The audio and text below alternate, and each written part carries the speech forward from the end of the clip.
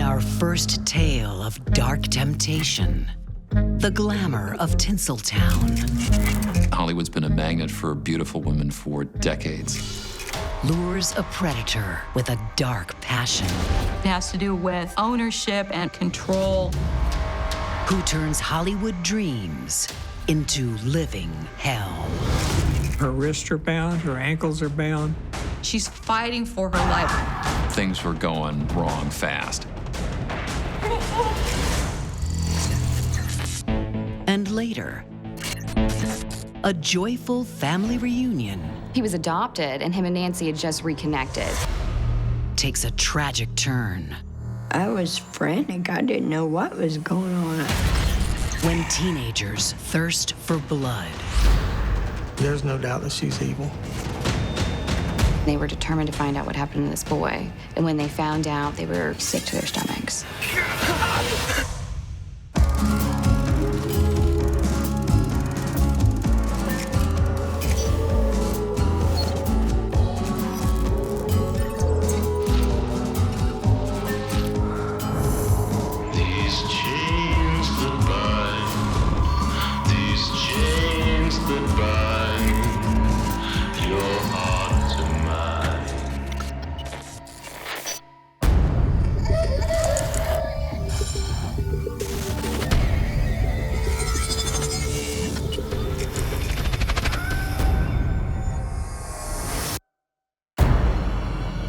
A terrified woman. Her hands and legs bound. A prisoner at the mercy of her captor. But this is no crime scene. Eyes a little wider? The victim is an aspiring actress, Yeah, that's good. posing for the cover of a pulp fiction magazine.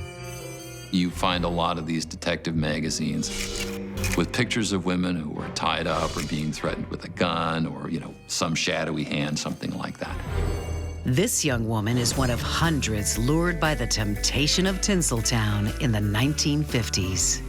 You had girls coming out from small towns on the bus, emptying out into Hollywood, not knowing what to do, not having any kind of a career path at all, just thinking, all I need to do is arrive, and I'll be discovered. When the movie deals fail to flood in, a would-be Marilyn Monroe must find other ways to put food on the table. Hollywood's been a magnet for beautiful women for decades. And when they get here, they need to eat. It's that simple. Well, there were a lot of starlets, wannabe starlets, who worked as models, as pinup models and other kinds of modeling jobs.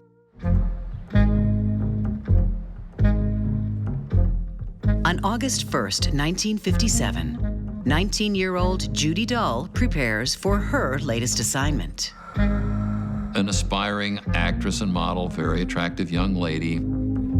It's come at a good time. More than ever, Judy needs the cash.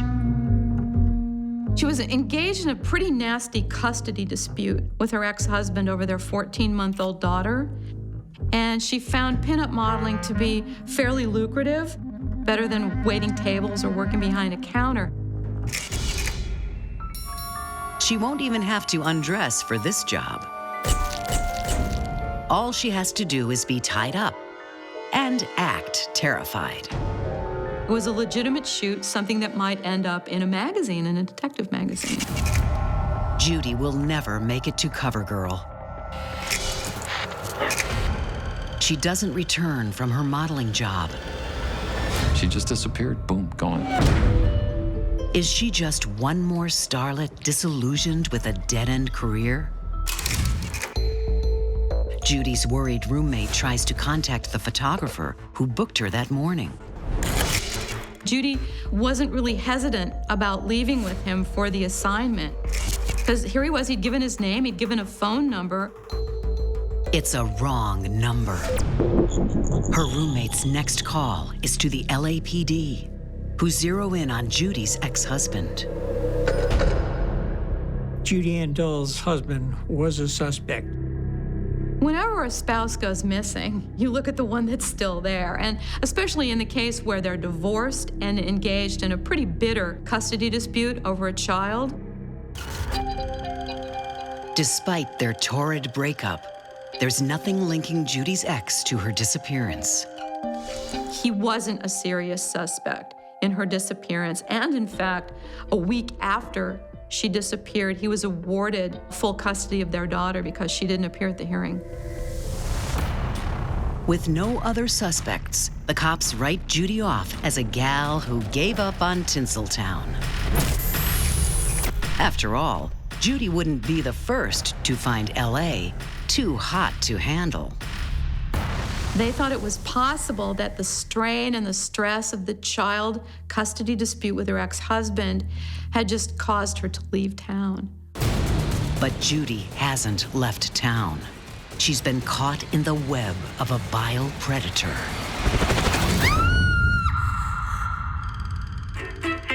A web that began in Denver in the 1940s with a teenage boy named Harvey Glatman, who locks himself in his room. Except this isn't your usual sexual experimentation. Harvey Glatman developed a rope fetish. He's found a new game to play. Harvey was found by his mother to be suspended non-totally. His feet were on the floor with a ligature around his neck. He was lowering himself onto the rope, and he was masturbating simultaneously. He would choke himself out till he was unconscious. Plenty of people enjoy bondage behind closed doors. According to sex therapist Alexandra Katahakis. Humans in general find some sort of bondage and submission sexually arousing to them. It pushes the arousal systems in the brain. Blood pressure goes up, heart starts to beat faster. There's a dopamine surge that occurs also. So the arousal level gets higher as we increase novelty. A rope fetish isn't the only thing that sets Harvey Glatman apart. He's awkward, unattractive, and has no luck with the girls. Harvey Glatman had extreme difficulty relating to women in general. He just couldn't. As a kid, his nicknames were Weasel and Chipmunk. It probably tells you a great deal about how far he got with women.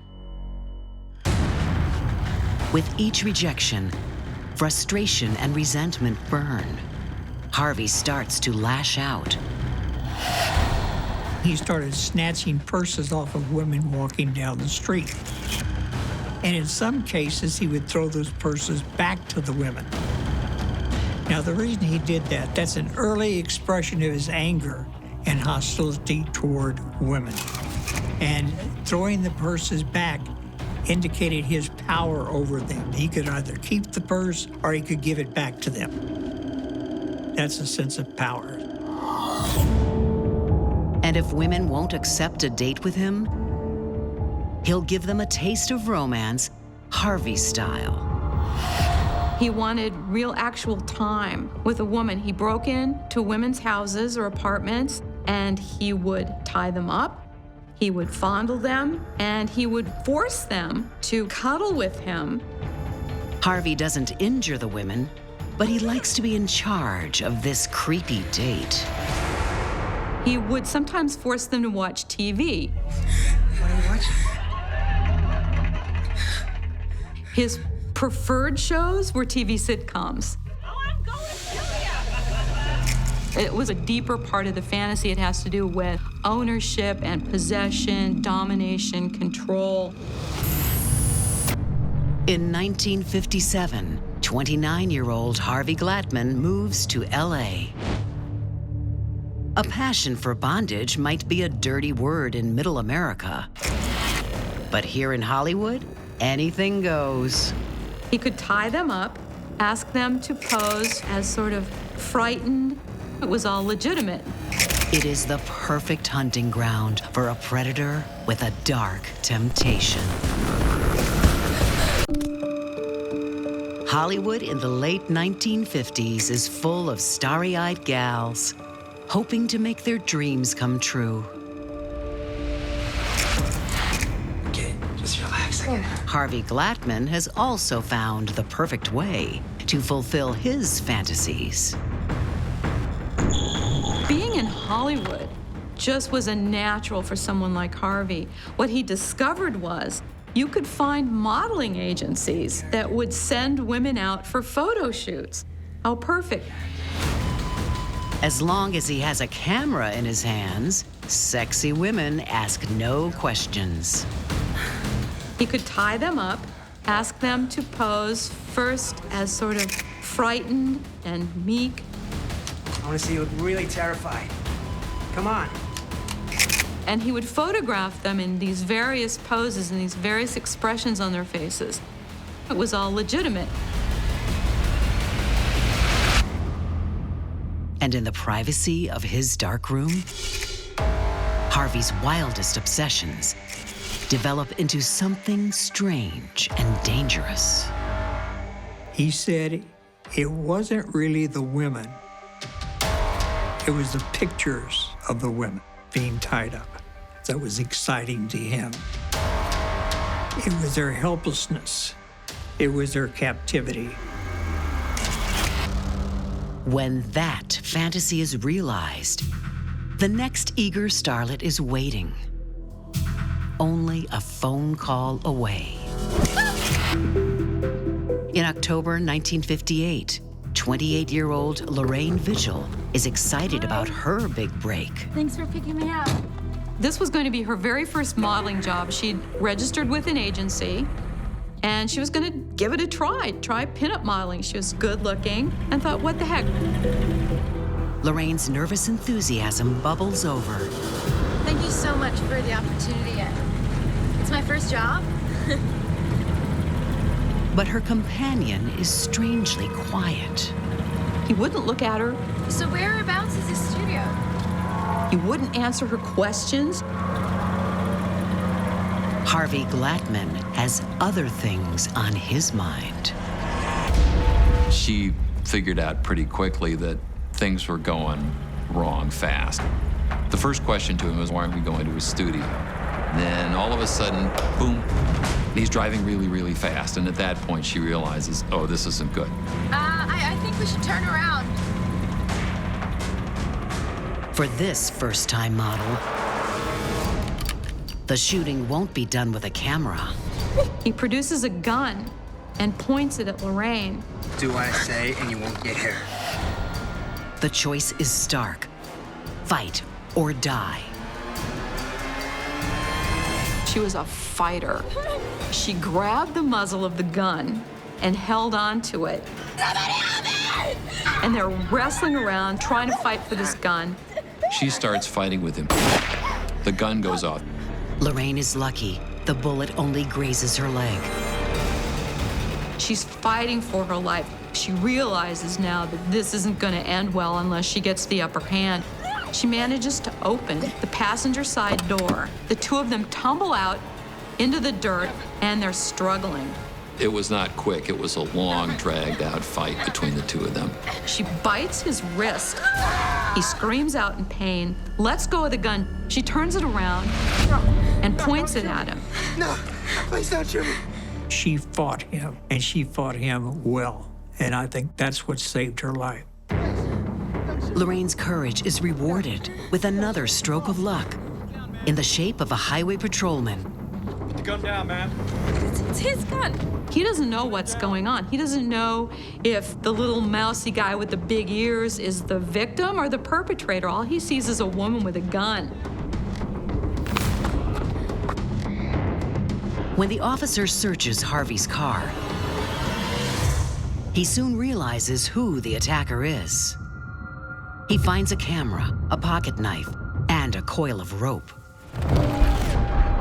What cops uncover in Harvey's apartment is far more disturbing. The police found this toolbox loaded with photographs that he had taken. He was engaging in these extremely gruesome acts. desert road outside Los Angeles. Harvey Glattman has just been caught trying to kidnap pinup model Lorraine Vigil. Police decide to search his Hollywood studio, where they find a toolbox full of bizarre photos. For Harvey, the photos of his victims were powerful images. Here he was dominating, literally dominating, very attractive women, women who never would have given him a second look for any reason. They were like totems, very powerful images for him. That's why I kept them.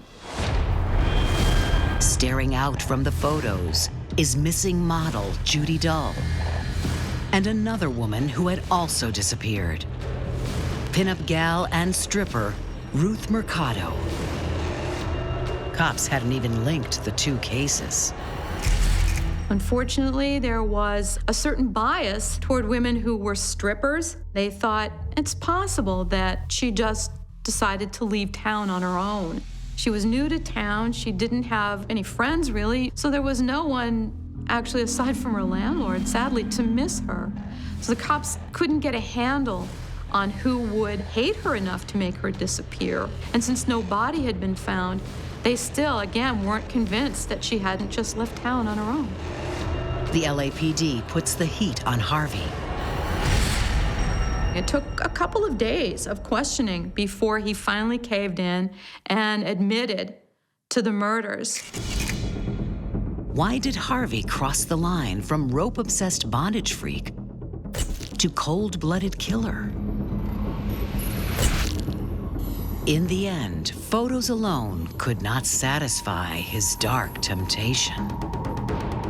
The photographs helped keep him in what I would call an arousal range. He was constantly pushing his nervous system so that he could keep inching upward. So he needed more and more and more until he was engaging in these extremely gruesome acts. Harvey was looking for that psychosexual plateau. That's that level of excitement that is absolutely satisfying. If anyone understands Harvey Glattman's warped mind, it's Roy Hazelwood. Hearing about Glattman as a young lieutenant in 1960 inspired Roy to become an FBI profiler, specializing in sexual sadism. Masturbation didn't do it for Harvey. Fantasy and masturbation didn't do it for Harvey. Abducting a woman, tying her up, playing with her didn't do it. Harvey's dark addiction now needs a stronger hit. The hit will come when Judy Dull walks into his studio. Like the others, she's eager to please and doesn't hesitate when Harvey wants to tie her up. He put a gag in her mouth. He asked her to pose like she was fearful, like she was in jeopardy. Look up to your left. More fear. But she doesn't have to act, because today, the dam bursts. Harvey Glattman's most twisted cravings come flooding out. He pulled a gun on her. Get on the floor. Now! And sexually assaulted her. This was the first time that Harvey Glattman had actually had intercourse with a woman. He was a virgin until he was 30 years old, and he Judy Dull. Harvey doesn't want to be held captive in prison, so he must silence his victim. He takes her out into the desert. Her wrists are bound, her ankles are bound. Let me go. No one can hear you out here. He gets a length of rope, runs it through her ankle bindings, up around her neck, and strangles her to death.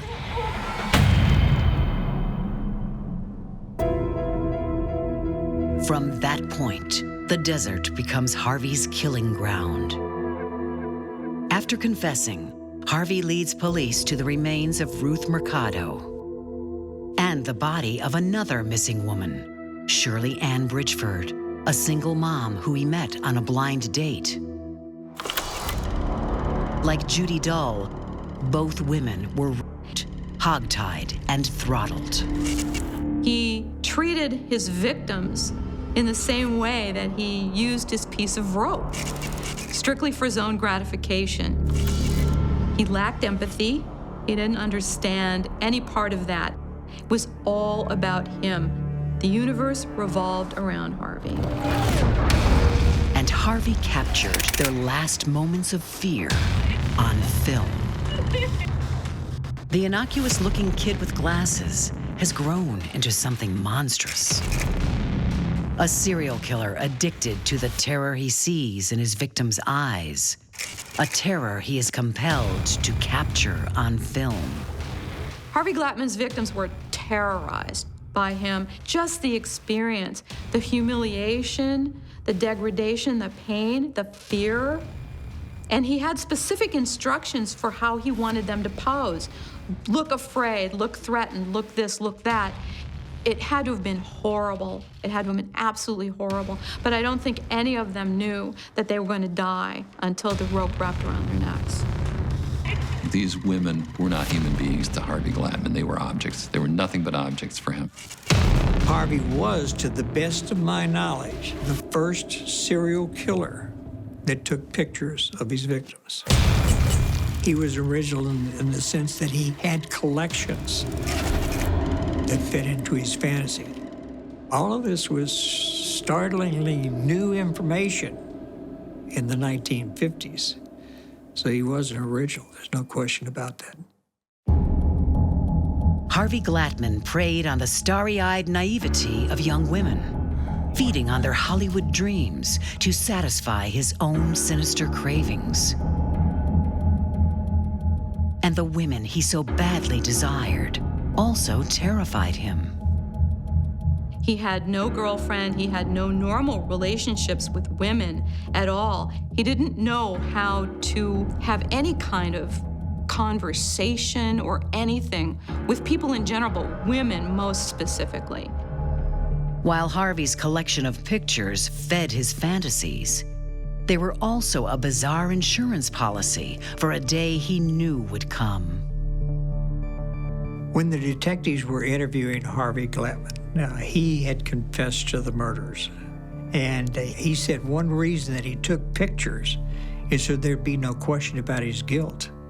He even said to the detectives at one point, I kept all this stuff because I wanted to be caught. I just never had the courage to turn myself in. He was very neat in his organization of those photographs, and the detective apologized, said, I'm sorry, I messed him up. You're very neat. He said, that's okay, I'm not going to need them in the gas chamber.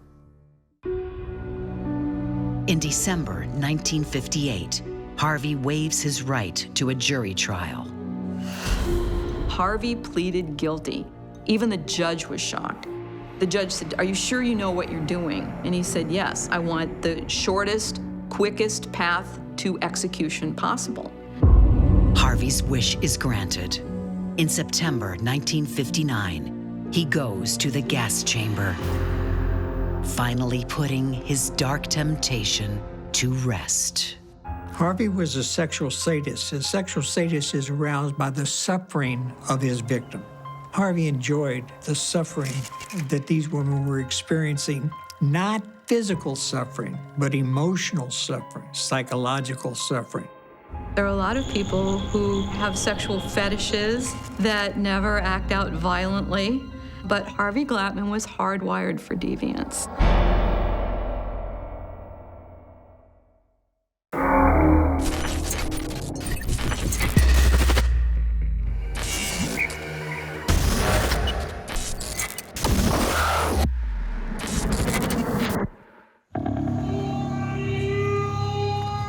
Down by the bayous of the Florida Panhandle, the summer days flow slow like molasses. But in the waterfront town of Parker, Nancy Robinson's pulse is quickening. It was like a dream. He asked me if he could come and live with me. And I was so excited. Her birth son, Jacob Hendershot, is on the doorstep. Adopted as a newborn, the 16-year-old is finally coming home. When I saw him, I just lit up all over. I was so happy. I hugged him, and he was so grown up. He was beautiful. He was just beautiful. Him and Nancy had just reconnected. He had just moved down here to spend that summer with Nancy, to get to know her and be with her. Jacob was brought up by his grandparents in Indiana. His mom, Nancy, is proud of the man Jacob has become. He was just a wonderful child. He believed in God. He had a Bible. He would read his Bible. He wanted to be a doctor and go down to Central America. And he just had so many different dreams and things that he wanted to do. For now, he just wants to savor the Florida waterways. But a fresh face in a small town doesn't stay secret for long. Parker's a small community. Everybody in that neighborhood kind of walked around and talked to each other. Jacob catches the eye of local teenager Stephanie Pisty. Stephanie was one of the first people he met. She was a neighbor of theirs. You're cute. Jacob came up and he told me, there's this girl down by the dumpster, and she says I'm cute. And she asked me if I wanted to date. Jacob is intrigued by this strange, sassy girl. And he's keen to make friends in his new town. But his mom is not so sure about Stephanie. Hi, guys. Can we keep the door open? A beautiful girl stealing the attention of her long-lost son? Nancy won't let Jacob slip away that easily. Yeah, sure. I told her, I know you're young and I don't know if you're in love or what, but Jacob has just been reunited with me and we've never been together. We need bonding time. Over the next 3 weeks, Jacob does plenty of bonding with Stephanie. But on the night of July 13th, 2011, his mom takes center stage. They were celebrating Miss Robinson's birthday. My birthday was Thursday, July 14th. Wow, that's so beautiful. Jacob joins the celebrations with Nancy and her boyfriend until neighbor Joel Millsap drops by. Hey, Jacob. He and his friend William Chase want to hang with the new kid in town. I told Jacob, I said, well, why don't you go over, make new friends, even though it was my birthday. Sure. And so Jacob's like, okay, and he leaned down, he kissed me, and he told me, I love you. As the birthday festivities wind to a close, Nancy goes to bed. But Jacob decides to party on with his new friends. My boyfriend said that Jacob had come back around the house. Well, where do you think you're going with that? And told him he was gonna go have a drink with the new neighbors. He knew that midnight he had to be home. For the first time, Jacob doesn't make curfew. When morning comes, he's nowhere to be found. I called Jacob's phone and said, I'm not mad at you, just please call me. But Jacob doesn't call. So Nancy alerts the Parker Police Department. To Detective Aaron Wilson, this looks like another teen runaway. He wasn't from here. He didn't have a lot of friends here. A lot of kids run away just to run away. I would just lay and sob. I would cry because he had wanted to be with me. And for some reason, I was wondering, what did I do to make him change his mind? I blamed myself for everything. What did I do? Why doesn't he want to be with me? Anytime anytime somebody disappears, you obviously wait. There's a period, especially with teenagers. Sometimes they're angry at their mom, their dad, their family. They think their life's falling apart. They run away.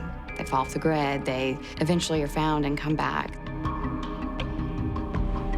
But when Jacob is missing for 2 weeks without contacting his family, Mom Nancy knows something is terribly wrong. I was frantic. I didn't know what was going on. It appears dark forces are bubbling beneath the surface of this small town. From there, it just started to look grim. For the close-knit community of Parker, Florida, evil deeds only happen in big cities. Hardly any crime in Parker. It was a nice place to live. But in the summer of 2011, a gloom descends on this Bayside town. 16-year-old Jacob Hendershot has vanished without a trace. Detectives decide to retrace the teenager's steps that night. We started to basically do our normal protocol with talking to the neighbors, anybody that may have known him. New pal Joel Millsap says Jacob left his house in the early hours. He was planning to walk into town. Instead, he disappears into the darkness. As the days kind of started to continue, we started then looking at social media to see if there may have been any talk and where he may have gone. Cops know one thing for sure: a teen and his cell phone are rarely parted. About the second week, when we realized that there's been no activity, and a 16-year-old that's plugged into Facebook and everything, it's just not common. That's when we started changing our investigation from a missing person to a criminal investigation. Who would want to harm this shy, gentle kid? I've done this a long time, and I've said it 1,000 times. It's generally somebody that knows them. You have a child missing, the first place you start is home. We started looking at the boyfriend of Jacob Hendershot's mother. Nancy's boyfriend was heard arguing with Jacob the night he disappeared. Where do you think you're going with that? None of your business. Oh, it is my business. Perhaps Nancy's lover was jealous of the new man in her life. But the investigation turns up nothing, and Nancy's boyfriend is cleared. With clues thin on the ground, detectives are feeling the heat of this long Florida summer. There was theories floating around. Maybe Jacob was hanging out with friends and he had too much to drink, and maybe he's not a good swimmer. He's not from here. Fell in the water and might have drowned. That was pretty much what everybody kind of thought happened to Jacob, that he might have jumped in the water and just never made it out. We searched by air, by boat, underwater. We used canines just to try to find, some type of clue that we may be able to look at. Not one stone was unturned. Then, right on Nancy's doorstep, police unearth a grisly clue. We found 3 cats that had been mutilated. Are these mutilated animal remains connected to Jacob's disappearance? Cops aren't sure, until a tip-off from a local mom turns the tide. Panama City Police Department had gotten a call with some information that they had received. A group of teenagers has been gossiping about Jacob Hendershot. One of their mothers had overheard some chatter and quickly alerted authorities, and when they started looking, they checked Facebook. And that's when they found out that these kids had been kind of bragging about what they might have done to Jacob. This teen gang has a leader, Jacob Hendershot's new girlfriend, Stephanie Pisty. Stephanie was what they called a little alternative. She would have different color hair every day. She was a little moody. She had a bad mouth on her. She liked to drink, and she was into some drugs. She wasn't your polite, normal teenage girl. Cursing, Drugs. For Stephanie, that's kid stuff. She has much darker desires. Her whole life, she thought she was a little different, that she was a vampire/werewolf. A teenager obsessed with vampires? Not so unusual. Forensic psychologist Stephen Diamond says a rash of hot-blooded heroes in books, films, and TV has tapped into a teen's thirst for identity. We know that vampire cults have become very popular. The reasons why adolescents tend to form a cult-like group of supposed vampires has to do, I think, with their need for a sense of belonging and a sense of acceptance from others. They need something to believe in. And so something like vampires becomes very attractive to them. By the summer of 2011, the adolescent undead are rising. We did start seeing that there had been some other cases involving vampirism here in the United States. In Texas, there had been a case where a person was trying to break into a person's hotel room and drink their blood. It just appeared to be something that was going on at the time. A lot of this stuff stems from television shows. You know, she was just kind of making her own alternate reality. But once Stephanie Pisty gets her teeth into something, she just won't let go. This is no fantasy. She has set up her own vampire cult and crowned herself queen. I am half vampire, half werewolf, and I am thirsty. They would drink blood. Why do vampires drink blood? Obviously, drinking someone else's blood is a social prohibition. And so it goes along with all of this sort of rebellious behavior of doing something that flies in the face of convention and of society. And not being a good little girl, but being bad. And there's a certain power and a certain sense of identity that comes with that. Stephanie's loyal subjects are more than willing to play along. She wanted people to be afraid of her and to respect her. And telling them that she was in a vampire cult, what better way? Telling people she drank blood made them scared. When young Jacob Hendershot comes to town, Stephanie sees him as the perfect prey. I asked Jacob, I said, so how are you and Stephanie doing? He said, I ain't messing with her. She's crazy. She is crazy. I'm half werewolf, half vampire. She told him that she was a vampire, and he told her. That's an abomination. Hell hath no fury like a vampire scorned. Jacob won't fall for her dark temptation. So Stephanie finds another use for this new blood. They were determined to find out what happened to this boy. And when they found out, they were sick to their stomachs. In the summer of 2011 in Parker, Florida, police learn they have a teen vampire cult in their midst. The cult is linked to the disappearance of 16-year-old Jacob Hendershot. Leader of the Fang Gang is Stephanie Pisty, self-proclaimed vampire, and Jacob's summer lover. What we found out is that Stephanie Pisty states that she's part werewolf, part vampire. That may be one of the reasons why she's enamored with the blood. Acting on a tip-off, police grill 17-year-old cult member William Chase. What they discover is that Stephanie Pisty is more vamp than vampire. We were led to believe that Stephanie Pisty was Will Chase's girlfriend. Stephanie didn't want her boyfriend to know she's also been dating Jacob Hendershot. So she concocted a story to cover her tracks. With her meeting Jacob Hendershot, she had an encounter, maybe a sexual encounter, and she basically was concerned about being pregnant. So she had told Will Chase, her boyfriend, that she had been raped by this other kid. He has to pay.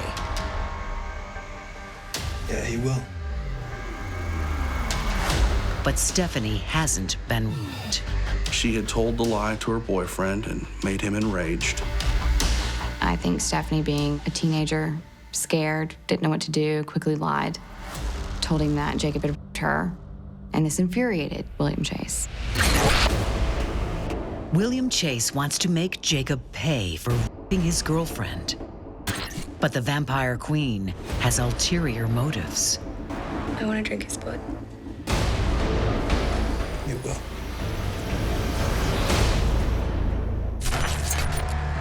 As a God-fearing Christian, Jacob Hendershot had rejected her darkest desires. That's an abomination. Now Stephanie's thirsty for revenge. Stephanie was the leader of the group and probably enjoyed having that kind of power. She really was wanting to hurt people, to express her revenge for perhaps having been hurt herself by Jacob. She manipulated these other young men to do her bidding because she was angry. William Chase tells police what really happened the night Jacob Hendershot disappeared. Invited to a party, Jacob thinks he's finally in with the local kids. He's never met William before and has no idea Stephanie will be there until he arrives at the house. Not bad, Jacob. Later in the night, he races back to his mom's to grab some booze. And while he's gone, Stephanie prepares a vampire ritual. She wants to get this party going with a drink of blood. Jacob is walking into a trap. Everybody had a job. As soon as Jacob walked through that door, they ambushed him. One of Stephanie Pisty's henchmen is 20-year-old James Gay. Gay had actually taken a wallet chain and had wrapped it around his hand. When Jacob Hendershot came in the room, he basically punched him in the face.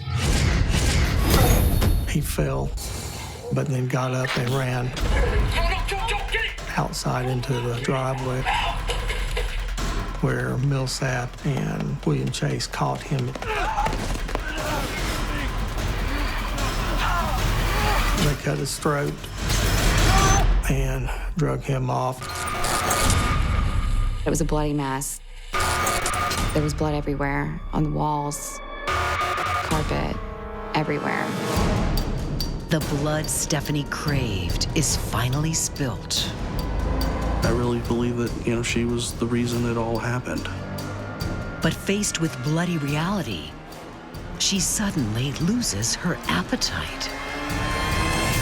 So are you gonna suck his blood? No. I don't think they thought their plan through very well. How do we get rid of this body? We have this body in this home, what are we gonna do? All right, wrap him up. Their triumph for them quickly turned into panic. Joel and William frantically search for a burial site. They move the body 3 times before dumping it in a drain. That is what was the most disturbing about it. Moving a body around to avoid detection, watching everything unfold from your front window. They had a front row seat to this investigation. They knew everything that we had done, what areas we had searched, how we had searched them. They were, in a sense, almost playing a game with us. Instead of sucking the blood, Stephanie Pisty is now scrubbing it. The house had been cleaned from the homicide. There had been a lot of cleanup done with carpet shampooers.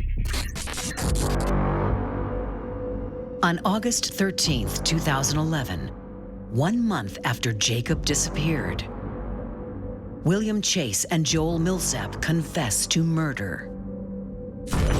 They lead police to Jacob's body, just a few yards from his mother's house. When his body was finally discovered, it was pretty much across the street from their home, which was one of the most disturbing things about this. His mom would go outside on the porch wondering where her child was, but would be staring at him in the field and never knew. It's an old construction area. It had all the concrete manholes. He was in one of those manholes. He still had his crucifix around his neck. Nancy's second chance at being a mom is cut short when the police give her the heartbreaking news. We found Jacob. He's dead. It was surreal. Surreal. I'm like, no way. This doesn't happen. This, not me. Nancy still lives in Parker, yet the loss of her son weighs heavy on her soul. Sometimes I'm sitting there by myself and I think, man, if Jacob could only come now. I go downtown to the Christmas in the park and stuff and going, I think, wow, Jacob would really like this stuff, you know?